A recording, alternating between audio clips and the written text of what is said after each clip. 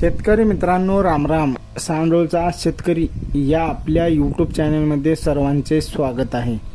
तर शेतकरी मित्रांनो, आज आपण आपल्या वांग्याच्या प्लॉटमध्ये आलो आणि आज बऱ्याच दिवसानंतर आपण व्हिडिओ बनवत आहोत. गेले 10-12 दिवस झाले आपण असा सविस्तर व्हिडिओ बनवलेलाच नाही.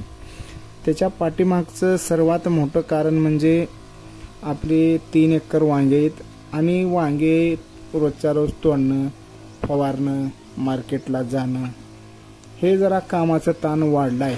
त्याच्यामुळं थोडा टाइमच मिळाला नाही आणि व्हिडिओ आपण रोजच्या रोज आपल्या यूट्यूब चॅनलवर अपलोड केलो नाही. पण वांगी पिकाविषयी आपण आपल्या यूट्यूब चॅनलवर भरपूर व्हिडिओ बनवलेले आहेत आणि अजून जर काही तुमची समस्या असेल तर तुम्ही ते कमेंटमध्ये जरूर सांगा, त्याच्यावर आपण व्हिडिओ बनवू. तर शेतकरी मित्रांनो, आज जे आपण आपल्या वांगी पिकाला फवारणी करायला आहोत, तर ती कोणती फवारणी करायला आहोत ही तर माहिती तुम्हाला मी या व्हिडिओमध्ये सांगणारच आहे. पण आता कंडिशनला वांगी पिकावर कोणती समस्या आहे, तर आता वांग्यावरील शेंडी अळी आणि फळ पोखरणारी अळीचं प्रमाण हे कंट्रोल झाले, नियंत्रणामध्ये आले. त्याच्या पाठीमागचं कारण म्हणजे वातावरणात झालेला बदल. 15 दिवसाखाली 10 दिवसाखाली आपण कोणतेही औषध मारलो तर शेंडी अळी आणि फळ पोखरणारी अळी ही नियंत्रणामध्ये येत नव्हती. पण वातावरणात झालेल्या बदलामुळे आता किडीचं प्रमाण हे कमी झाले. किडीचं प्रमाण जरी कमी झालं असलं तरी अजून वांगी पिकावर 2 समस्या आहेत आणि त्याच्यामुळे आता वांगी उत्पादक शेतकरी संकटात सापडणार आहे. तर ते कोणत्या आहेत समस्या, तर वांगी पिकावर आता पहिली समस्या जी आली आहे तर ती पहिली समस्या म्हणजे थ्रिप्स आणि दुसरी समस्या म्हणजे पानावरील काळे डाग, ठिपके, त्याला आपण बुरशी म्हणू, आणि पानाच्या पाठीमागून जे करपल्यासारखं झालंय त्याला करप्या म्हणू. तर ह्याच्यामुळं काय झालं तर आता वांगी पिकाची पानगळ व्हायला सुरुवात झाली. तर शेतकरी मित्रांनो, आता हे आपल्याला थ्रिप्स, बुरशी, करपा नियंत्रण करणं गरजेचं आहे आणि आपली जी आजची फवारणी आहे हीच आहे आपली फवारणी आजची. तर कोणती फवारणी घेऊला आपण, तर शेतकरी मित्रांनो, थ्रिप्स नियंत्रण करण्यासाठी आपण ट्रॅक्टर ब्रँडचं शिनवा हे कीटकनाशक घेतलेलं आहे आणि ह्याचं प्रमाण जे घेतलेलं आहे आपण ते प्रति एकरला 160 ml म्हणजे 20 लिटरच्या पंपासाठी 16 ml अशा पद्धतीने आपण हे शिनवा घेतलेला आहे आणि हे घेतलेलं आहे थ्रिप्स नियंत्रण करण्यासाठी.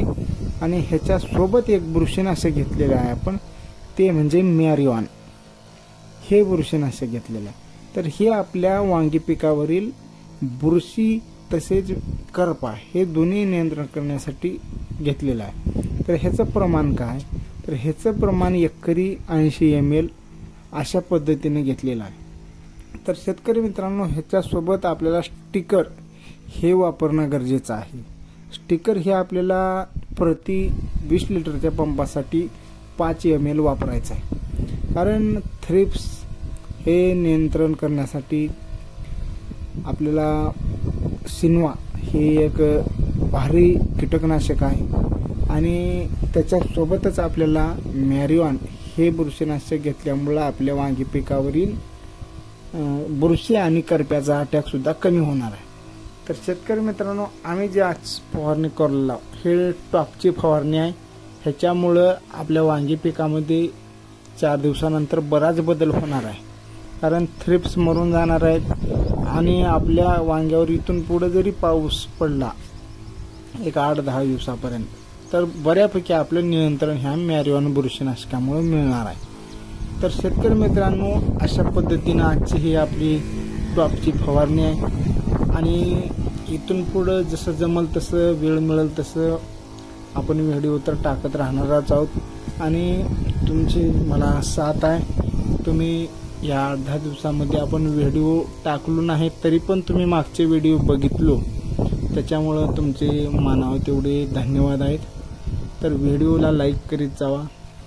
धन्यवाद. पुढील व्हिडिओमध्ये लवकरच भेटू.